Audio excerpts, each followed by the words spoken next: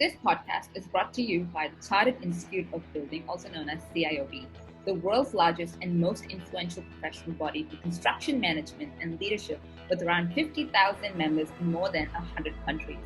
Our members, past and present, have had a hand in executing many groundbreaking construction projects across the world, from the Houses of Parliament in London and the Sydney Opera House through to venues for the Beijing and London Olympics. Chartered membership provides you with recognition of your abilities, knowledge, and experience within the industry, creating more exciting career opportunities. Don't forget to become a student member for free today. I'm your host, Monica Narasimhan. I'm the marketing and events lead representing Novus Victoria, along with my co-host Navya, who will be introducing herself. Thank you, Monica. Good evening, everyone. My name is Navya and I am CIOB student member supporting Novus Victoria's podcast team in interviewing exemplary professionals from construction background, and I'll be assisting in editing and launching the podcast series. Thank you.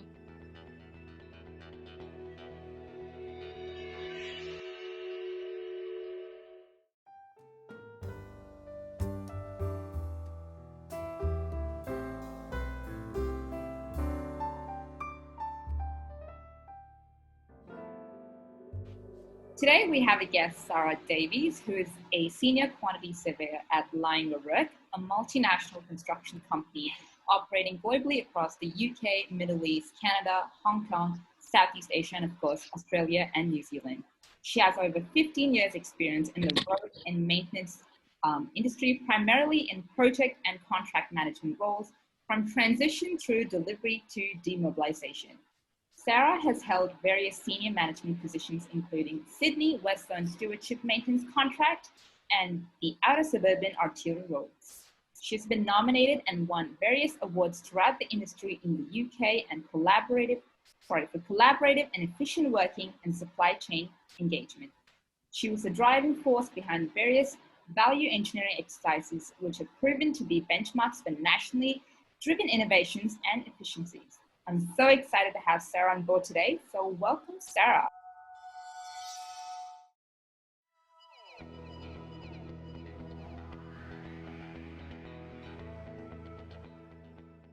Please give our audience a quick overview of your career journey.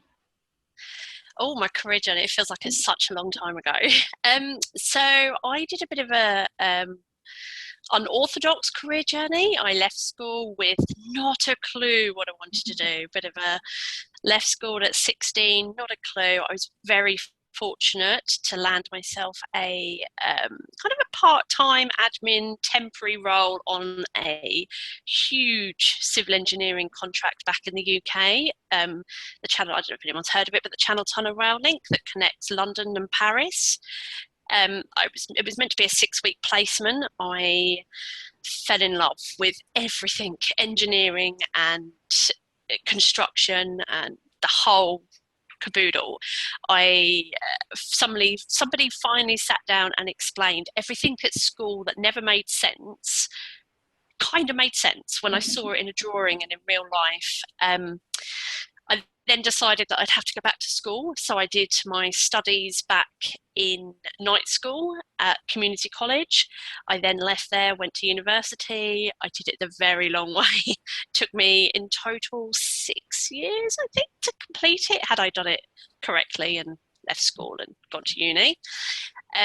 Since then, I've worked for tier 1 contractors kind of all around the world. Landed in Australia 3.5 years ago and haven't looked back.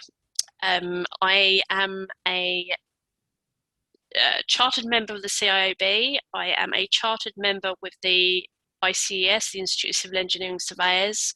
I'm an associate member with the Institute of Dispute and Arbitration. I'm also an examiner and panel reviewist for the ICES as well. Awesome. Thank you so much for that. So just a little bit about what's your favorite part of your career and why? Diversity. Like every day is something different and nothing is the same. I have no idea what's going to hit my desk in that day. And also, that I know it sounds quite cliche, but the sense of building something. I went home back to the UK about 2 years ago before COVID hit, and I was driving. I've got two children. I've got a 6-year-old and an 8-year-old, and we was driving past the Channel Tunnel rail link that I started my career on, and I was explaining to them that I built part of that. I had a part in something that is still standing 16, 17 years later after it was constructed. And my children thought I was amazing, and that was brilliant. And every time we drive through roadworks now, it's, Mum, did you build that? Are you building that? No, it's not mine. It's not mine.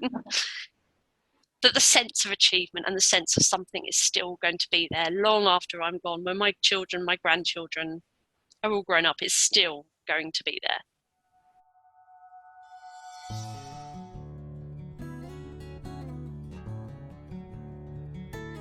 Yeah, thank you, Sarah. And moving on to the second part of our conversation with construction connoisseurs, we are going to be talking about career prospects in the current Australian market. Sarah, what is your viewpoint of the pandemic's impact on the job market currently within the Australian property and construction market? Infrastructure Australia has published a new, at the end of last year, they published the pipeline of work for the next 0 to 5 years, 5 to 10 years, and 10 to 15 years of pipeline for works. Now, I work specifically in civil engineering, so I track that and monitor what is being funded and what is coming out as part of the pipeline and the recovery pipeline for the pandemic. In terms of what funding has been available, that the government has introduced a roadmap of how they want to come out of the pandemic, and it's a fantastic opportunity to start tracking some of those projects. Now, a lot of those projects will be gearing up of start dates. They'll be looking to employment opportunities, and they'll be looking to resource for those projects. Specifically, I actually changed careers during the middle, or changed employment during the middle of the pandemic, or during the middle, we're not quite out of the pandemic yet, but towards the end of last year, I decided to change and move states and found a position, and I actually tracked this job via the Infrastructure Australia pipeline work.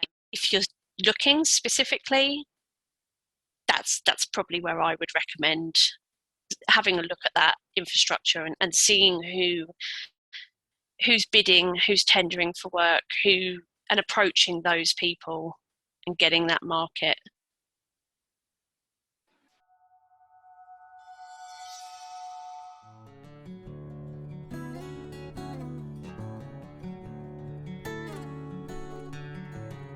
Sounds promising. Thank you, Sarah. I also think it's very imperative to talk about, COVID-19 and the well-being, because a lot of professionals have been impacted with seasonal work, possible layoffs, and finding difficulty in getting work. So what kind of advice would you give to job seekers in order to lift their spirits up during this tough time, or not so tough time? Connections, there's lots of platforms out there. One of the best ones is LinkedIn, obviously. Getting to know, networking, getting out there, talking to these people, even if it's just connecting on LinkedIn and putting a post up that you're looking and you're interested and you're open to opportunities. That's always a good one. Recruitment agents, as much as we all don't want them, we need them, unfortunately.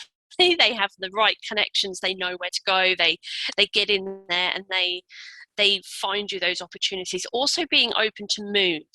What's one of the biggest things I did is I actually, at the end of 2020, I relocated from Victoria to Queensland, and it's just a completely different world. There's work coming up in pipelines all over Australia. So the biggest thing for me would be connections and getting out there and introducing and letting people know what you're like and you're as a personality.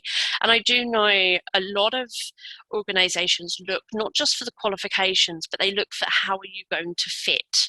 How are you going to fit in with the existing team? That is a huge, I mean, I know I've done that and interviewed, and on paper the person looks amazing, and then they come to the office and you get a good idea. So be approachable, talk openly, honestly, and you've got nothing really to lose. Just be yourselves. That's some really good advice. Thank you so much, Sara. The next part of our podcast is going to be covering career resilience and transitioning. Resilient in psychology is the positive capacity of people to cope with stress and adversity. It is the ability to adapt well to new situations, as well as encompass both strengths and weaknesses and flexibility. It's an emergent as well as a necessary ability in the workplace. And the COVID-19 pandemic seems to have catalyzed career moves, but I see that you've been consistent with the QS career trajectory. So Sara, what are some of the challenges you face as a quantity surveyor?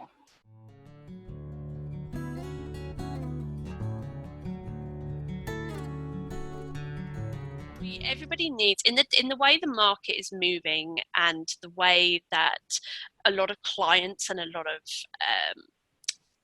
supply chain require, they need that stability within the contract. And the quantity surveying role has evolved over the years, and it's one of the oldest professions in construction industry. I think I did some research, and the earliest known quantity surveyor was back in the Egyptian times. So they apparently they counted the amount of blocks to build the pyramids, apparently. So that's been one of the biggest challenges, also being the transition from globally, so from the UK over to Australia, and the terms of commercial manager is very different over here to what it is over there. So for example, over in Australia, a commercial manager is sometimes the legal representation on a major contract, whereas in the UK it would be a higher level of a quantity surveyor or somebody that manages a team of quantity surveyors and reports back up to the client. So that's been a bit of a big hurdle in terms of for me in my career, and one of the biggest hurdles for me was understanding how a quantity surveyor is formed in Australia compared to the UK.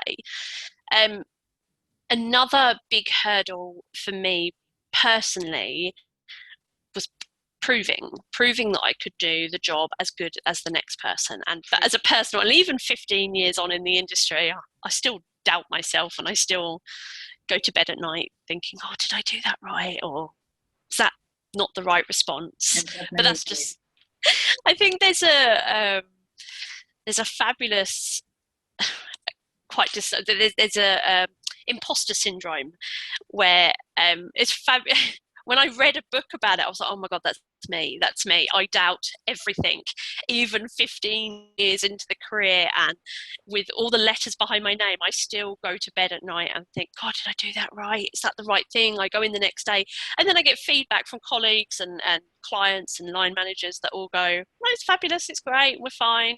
I've learned over the period of time, it's not got any easier. I've just learned everybody feels like it. Everybody has that fear. Everybody has that doubts. It's just how we portray that sometimes.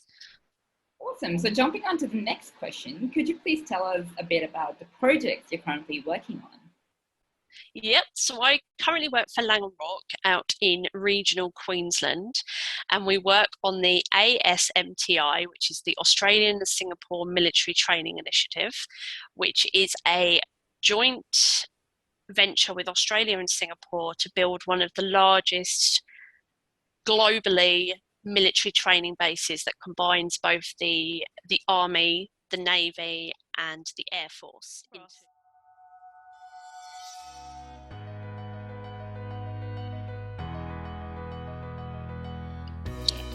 As we are about to conclude our conversation for today, we hope our listeners gain some fascinating insights about career prospects, quantity surveying, and building resilience in this volatile industry. We would like to ask Sara her final question, like what advice do you have for future women professionals in construction industry? Never give up. It's highly rewarding, highly rewarding. Don't be afraid. That's the biggest piece of advice. I remember back in my early part of my career, I was afraid of everything. I remember sitting around in boardrooms, listening to meetings and thinking, I have no idea what everyone's talking about. I have no idea.